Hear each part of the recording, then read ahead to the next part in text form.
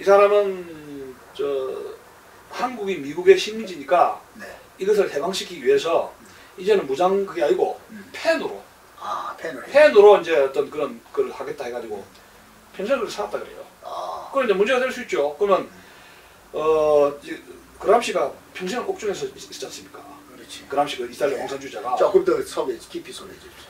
그 사람이 이제 그 러시아처럼 공산주의 운동을 이탈리아에서 러시아식으로 공산주의 운동을 추진하려 하다가 공산혁명을 추진하려다가 판사가 너무 위험하니까 평생을 감옥에 있겠어요. 그 평생을.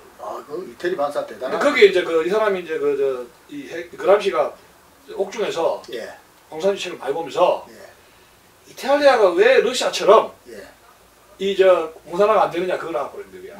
이제 푸른 천재입니다. 그래서 일명 레드 지니어스. 레드 지니어스. 근데 왜? 러시아처럼 이탈리아는 그런 그 문화적 헤게모니, 문화적 헤게모니에서 러시아에 비해서 자기들이 장을 보냈다 얘기예요. 그러니까 무장 동기할 필요 없이 문화적 헤게모니를 공산주의를 장악하면 자동적으로 시간 지나면서 자동적으로 영공정권이 들어선다는 이야기예요. 그래서 문화 헤게모니론을 주장한 겁니다. 그렇지만 괜히 어렵던 옥중에 있었거든요. 너무나 위험하기 때문에. 근데 우리나라 자유사범들 5년도 안 되는 아니죠. 그 요즘 사회교육도 안 시키고 집행유예도 많습니다. 그냥 프리패스 해주는데 이게 사법부 검찰 작용하고 이게 링크된 거 아닙니까? 그렇죠. 그러니까 지금 그람시가 이야기한 이론이 적중됐어요. 왜냐? 그게 우리 교육계, 노동계, 그다음에 언론 방송계, 그다음 학계, 그다음에 어디 갔으면 정계했죠. 비정계, 정계. 자, 그다음에 청와대 비서, 그다음에 이제 행정 고위직, 그다음에 지방자치제. 들어갔죠. 지방자치 요새 또 그다음에 정당 뭐 해산한다면 정당 들어가 있죠. 해산하는 정당뿐만 아니고 거의 다른 정당에 다 있어요. 있죠. 자, 그러면은 우리나라 이미 적화된 상태입니다. 그러니까 적화는 됐는데 통일이 안 됐다고 지금.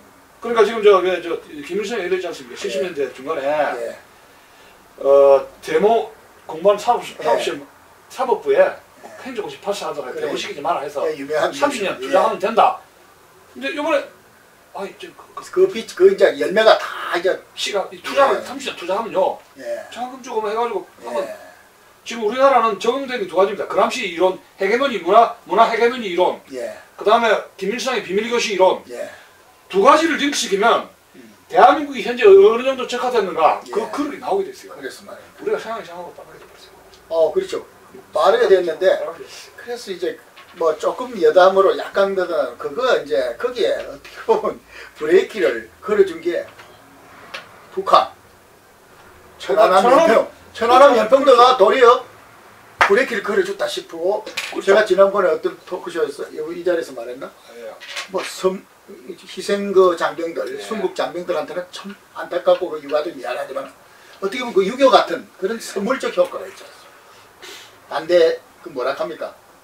그 반면 교사 우리한테 엄청 천안함 때 그전에 야당이니까 구호가 군 복무 기간 자꾸 줄이려고 그렇죠. 그 천안함이 없었으면 아마 우리 1년 6개월짜리로 반토막돼서 그렇죠. 싹 줄어버렸죠. 그거 천안함 대가입니다. 그 죽을 사람의 피해 대가로 맞습니다. 지금 안전이 지켜지고 있는 겁니다. 피해 대가입니다. 참 그게 그렇고 20대는 고소되죠. 왜냐면 가만히 보니까 이제 분쟁이 발생하고 전쟁이 벌어지고 자기들이 가잖아요. 자기들이 목소리를 그러니까 제일 빨리 정신을 차리는 거예요. 20대가 많이 보수화됐어요. 그것 때문에 그리고 아까 좀 이야기하다 말았는데 지금 그 윤한봉의 구슬 녹취록이 1차, 2차, 3차에 나와 있지 않습니까? 근데 윤한봉이가 지금도 미스테리입니다. 왜 이 사람이 녹취록을 죽기 전에 남겼는가? 왜냐면 가장 솔직한 구슬 녹취록이거든요. 윤한봉이 거. 근데 윤상훈이나 다른 사람들은 남이 편견을 썼지. 자기 스스로 5.18이 이리 진행됐다고 배우가 어떻다는 거를 자서전적으로 녹음기 갖다 듣고 한 거는 많지가 않아요. 귀하죠. 근데 아마 내 생각에 이런 것 같아요. 아마 이 김대중 정권이라든가 이런 식의 정권이 네. 롱타임 오래 갈 것이다. 그래서 내가 죽기 전에 내 업적을 기록을 하자는 욕심이지 말자면 내가 죽을 때가 얼마 안 남았는데 그만큼 자부심이 있었구나. 현명합니다. 예. 드라이브가 굉장합니다. 그리고 네. 돈이 깨끗한 사람이에요. 아. 돈에 깨끗한 사람이에요. 오케이. 이데올로기는 좀 우리하고 다른데 근데 한 대 이야기 마음에 들게. 이 사람이 5.18 모의를 하는데 인혁당 사건이 터져서 그 복수심에서 광주일고 농민들하고 함께 박정희 대통령에 대한 암살 모의를 한 걸 기록하고 있고 그거 그때 이제 화제가 많이 됐죠. 그리고 5.18 이전에 광주시에 있는 자산 군지도 도시 굉장히 자산 지도 군 부대에서만 구할 수 있는 거. 그게 이제 5만 분의 1 지도를. 그거를 확보를 했다는 하고. 예전에 주민등록증 보이가 샀습니다. 우리 옆에 저 중앙지도사 있지만은. 광주 일대 무교로 사진 답사했단 말이 나와요. 근데 이거 혼자 못 하거든요. 이런 세 가지를. 그렇지. 조직적으로 해야지. 누구하고 상의했는가에 대해서는 입당을 못 갔어요. 그거는 영원히 비밀로. 그거는 이제 언젠가 질 거라고 보는데. 그 다음에는 아까도 얘기했지만 또 윤상원의 경우. 이제 박한현이 전남대 총학생회장. 박한현이가 여수로 도피를 했지 않습니까? 그렇죠. 그래가지고 학생들을 이끌어갈 리더십에 블랭크가 공백이 생겼어요. 그때 나타난 거죠. 그때 해설과 같이 등장한 인물. 무장봉이 그때 신청가였죠. 근데 정말 그 개인적인 삶을 보면 완전 그 사람은 혁명가. 그런데 그러면 이 사람이 죽음을 가고 있었습니다. 했는데 내가 죽어서 이런 거지. 죽으면서 역사에 남겠다는 그런 신념이 있었던 것 같아요. 그렇지. 그러니까 그 도청에서. 그래서 결국은 그 힘은 결국은 윤상원의 힘이라는 거는 꼬민처럼 많이 그렇지 않습니까? 말이 보면 사상가의 힘, 사상가의 힘이라는 거는 사상의 힘이 그만큼 무서운 것이에요. 의식화된 그 힘이라는 것이 죽음을 넘어선 것이죠. 그런 것을 우리가 지적을 하고 싶습니다.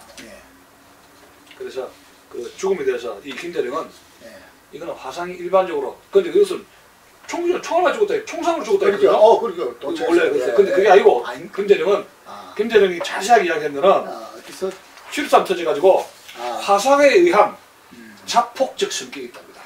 자폭적 스스로. 내가 장렬한 전사라는 거죠. 전사. 그렇지. 그건 영웅적인 전사죠. 그렇죠. 술탄 까가지고 그냥 자살 맞죠. 그렇게 결론을 내리고 있어요. 그 책에서는. 이 책에서. 총알에서 남의 사상해야 된대요. 그래서 우리 시청자 여러분들께서도 그동안에 참 이제 지난 여름 동안 5.18에 대한 논쟁이 좀 잠잠해지고 근데 또 다시 한번 다시 읽어보면서 점검을 더 해보겠습니다. 그러니까 이제 결론은 좀 들어가게 되는데 그럼 이제 이 5.18 공개 사태는 우리가 핵심적으로 단 한마디로 뭐로 볼 수가 있느냐? 12.12 이후에 군부를 장악한 전두환 세력과 그 다음에 이제 이 제야 세력 및 대학생들 그리고 김대중 사주직 간의 거리 대결로 거리에서 붙은 가두투쟁 힘의 충돌이죠. 가두 충돌이네. 부마 항쟁이 김영삼 이제 제명 그렇죠. 한 거 연결되지 않습니까? 그렇죠. 그럼 이제 해결됐습니다. 부마 저는 사태라는 무자비하게 그냥 끝났죠. 와이스 지세력이 제리 세력이 있잖아요. 부마 쪽에. 그거는 이제 그쪽에 있었고 광주는 또 DJ 김대중 지세력이 있었지 않습니까? 근데 12.12 이후에서 전두환이 실세라는 건 많은 사람들이 압니다. 그리고 이제 정권 잡으러 한다는 위기감이죠. 그렇죠. 거기에서 그리고 그동안의 실적을 보면은 비상계엄이 내리면은 이제 기정사실화 된다는 거 알고. 그렇죠. 무력화되고. 그럼 그걸 막아야 되겠다. 그럼 막아야 되는데 이제 평화적 운동은 안 된다 이런 겁니다. 그러면 더 세게 밀고 나가야 된다. 대중을 확보해야 된다. 그럼 약간 무릇을 둬야 된다. 블라디. 무릇을 둘 수밖에 없다는 것이죠.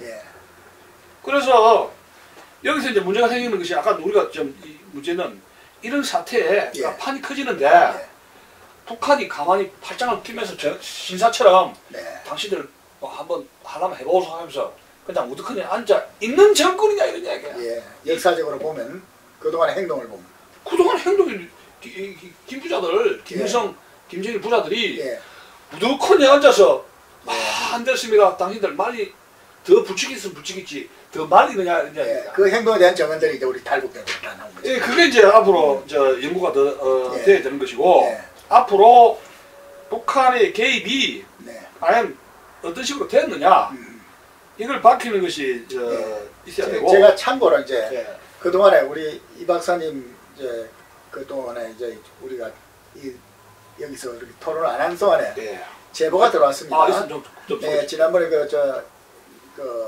외국에서 또 선교사를 통해서 제보가 들어왔는데 그 중앙아시아 쪽에 그 북한 군관학교 출신이 그 5.18 당시는 그냥 군관학교 학생이었답니다. 근데 군관학교라는 게 항상 그 생생한 전투에서 들어오는 이야기를 빨리 전파해가지고 그 생도들 교육에 쓰는 게 우리나라 사관학교도 그러고 그쪽도 마찬가지니까 나왔는데 일본을 통해서